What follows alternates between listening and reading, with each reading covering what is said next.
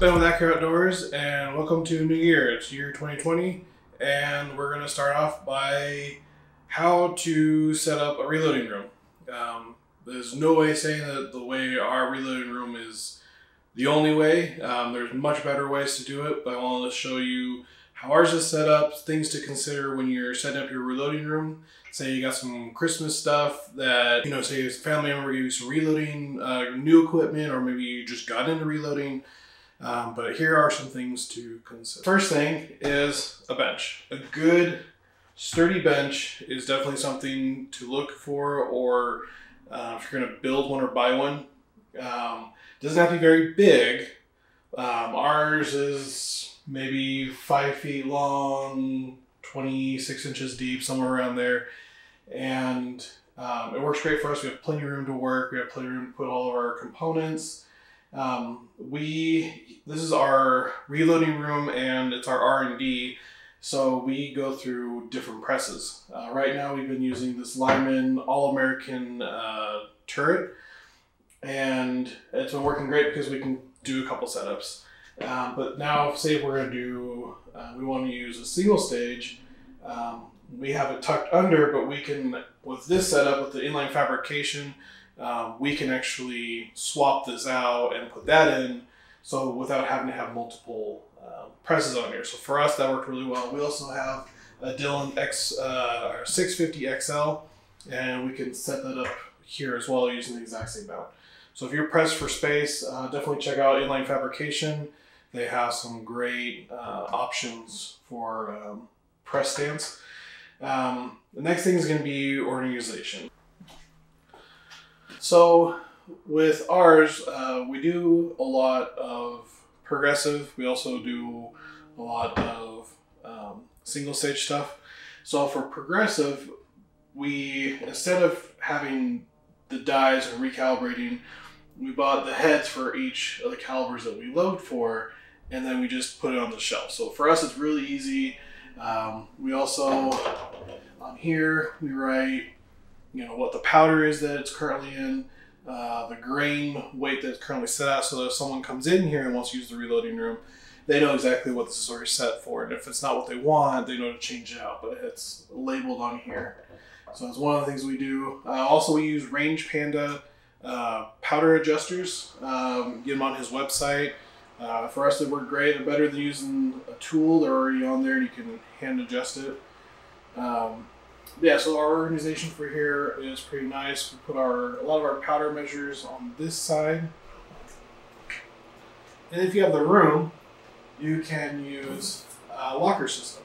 Now, this, for our area, it's fairly big. It's, a decent sized room. For us, this works great. So we put the caliber, the bullet that the components are for. So we have our, we know we have our 300 blackout. So we've got brass in here, we've got bullets in here, we've got die checkers, case gauges, we've got some magazines if we need to test with it.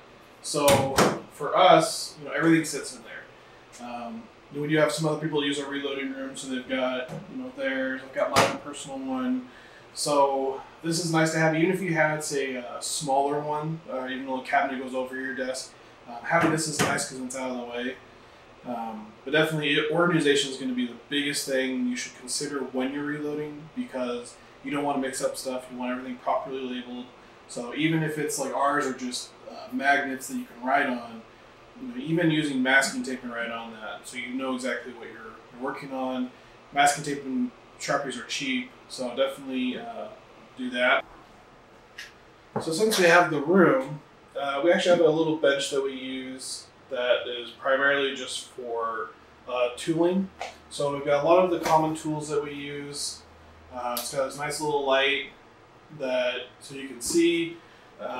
One thing that, I don't know how other people are, but I like to work with music, so we got a little speaker out here. But this is kind of nice, keeps all of your tools in one place, or easy to get to. So if you need to do any adjustments to your firearm, or maybe to your press, whatever, you've got tools available, and you've got a workbench to work on. Below here, we store our tumbler stuff. So we have a dry tumbler and a separator. We just acquired a Lyman Cyclone rotary tumber. We're going to try out some wet tumble chemicals, and we need to get a new machine. So this is kind of our tumble area. We got a little pancake compressor in there because having compressed air is actually really nice to have. So a couple things to consider. And then one of the last things to consider is, and this again, you don't have to have separate areas for all this, but just these are things you might need to put all in one area and then figure out a way to organize all of it. So this is our R&D. We do, pistols, we do 300 blackout. We are the makers of power belt bullets. So we have a lot of different things in here. So we have to have different areas for all of it. So we have an area for cleaning. Has all of our different cleaning supplies, our cleaning tools. We've got towels under here, we've got trash. So kind of, some things to consider. Maybe an area that has, all of your brushes, that has your chemicals that you use, and then having a trash can nearby is always nice. I'm a car mechanic as more of a hobby, but I've been doing it since I was 14. And one thing I've always noticed is in a shop, it's always nice to have a trash can. It's something simple, but have a trash can. It's always nice to have. So that's our cleaning area.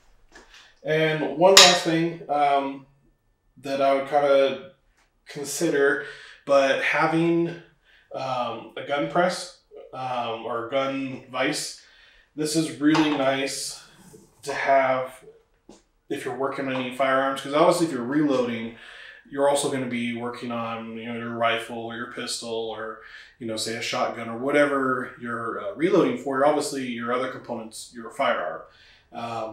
This has been really invaluable for us for cleaning, for mounting scopes, for even when we're putting red dots on our guns. I've used this for almost all of my firearms.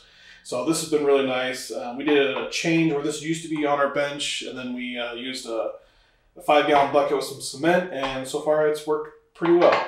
So having something, even if it's a normal clamp, getting some soft face clamps in there would make it so that you can still use it. But having some type of vise is really, really nice to have on a reloading bench. That kind of wraps up most of things to consider. Again, ours is not the best setup. Some things that I want to add is I like having posters, and I like having music, and even maybe beverages around. Everyone's different. Everyone has their own area. Some people are very sanitary, and it has to only certain things into this area. And I get it. I totally get it. Make sure it's comfortable for you. For me, reloading is really relaxing. So make sure that it's your happy place. Make sure you want to go reload. Add some stuff, some flair. Give your room some style. If you want some Accura stuff, on our website, we do have posters, $5, and it's a really cool small poster that'll fit in most reloading areas. And then one of the things that some people don't consider, you are working with some type of explosive, whether it's your primer, your powder, a fire extinguisher. They're fairly cheap, but it can save you a lot. And then also first aid kits. First aid kits, I've smashed my finger reloading. I've cut myself on, knives or whatever, opening up packages or whatever. I'm not the most graceful person, but it's nice to have a first aid kit so that you can, bandage yourself up and keep on rolling. So that's kind of a quick down and dirty of our reloading room. If you have any suggestions on ways that you can improve ours or ways that you saw that it helped yourself, let us know in the comments below. And if you're a company out there that has something that can help us out, let us know. We're definitely worth, try buying your stuff, and we'll do a video over it. So stay safe, see you on the range, and welcome to year 2020. Wait!